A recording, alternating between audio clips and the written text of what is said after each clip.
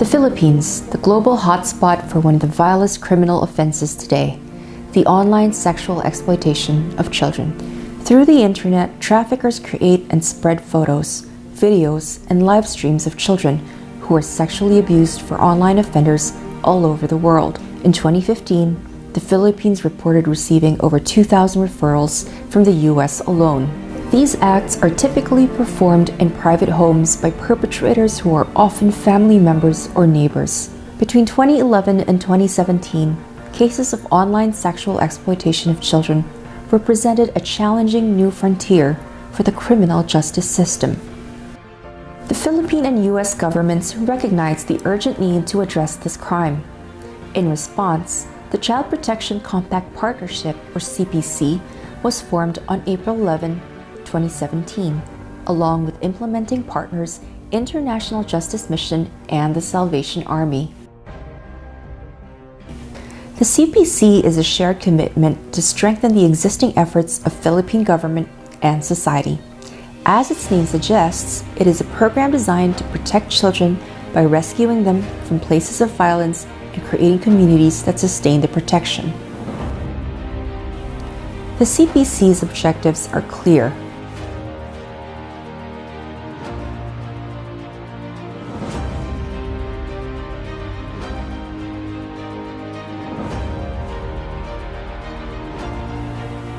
Here are the highlights from the last 4 years.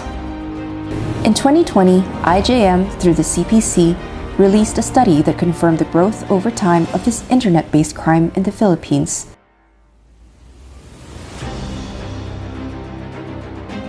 The study brought to light the need for more research on the problem.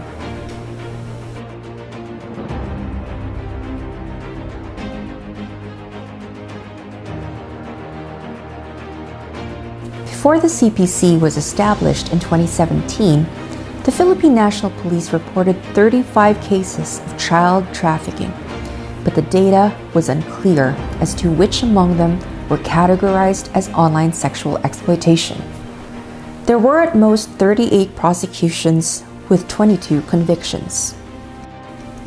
Cases were resolved through full trials in 3 to 4 years, while plea bargains were at approximately a year and a half.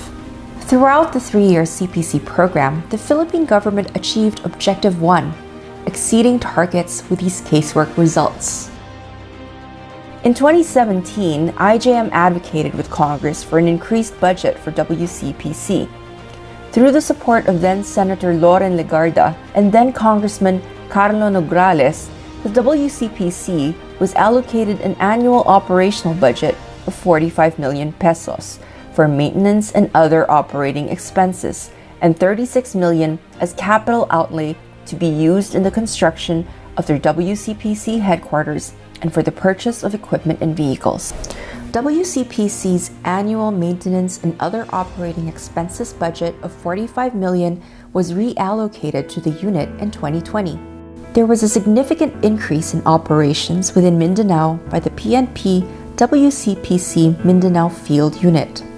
The CPC allowed trainings that provided limited, targeted, and practical experiences that resulted in measurable enhancements to law enforcement activity.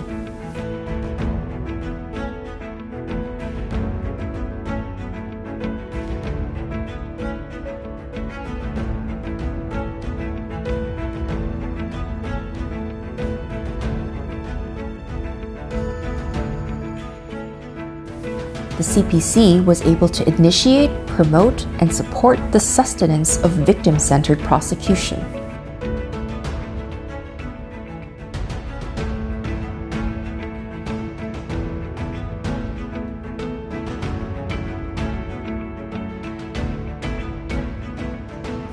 The Foster Care Working Group was established to build the foster care program in the country. Growth included more foster care for survivors of online sexual exploitation. The CPC also allowed for case management training, coaching, and mentoring.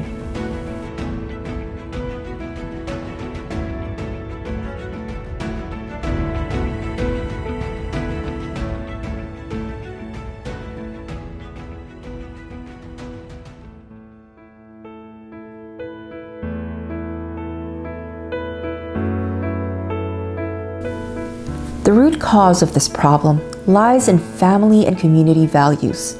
The CPC raised awareness within communities that such behavior is a crime through the following activities.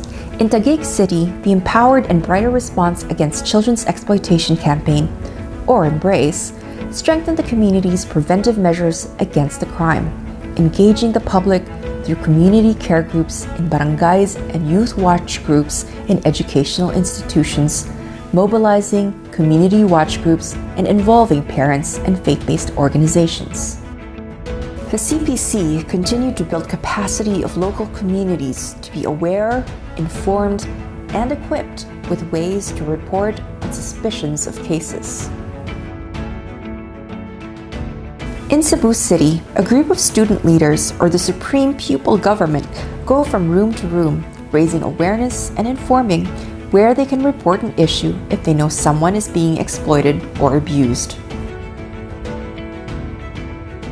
These trainings and materials were developed and rolled out among a number of communities. COVID-19 brought many challenges.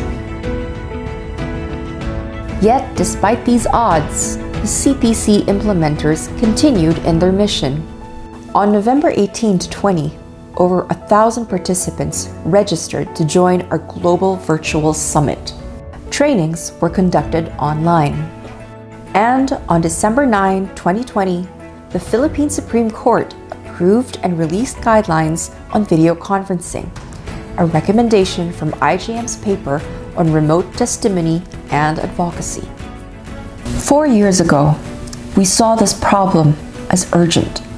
Today, it remains as compelling as ever. But while the war against online sexual exploitation of children is not yet over, we pause to celebrate the battles won and the tactics learned. We've grown in our compassion for the children whose lives are being destroyed by this crime.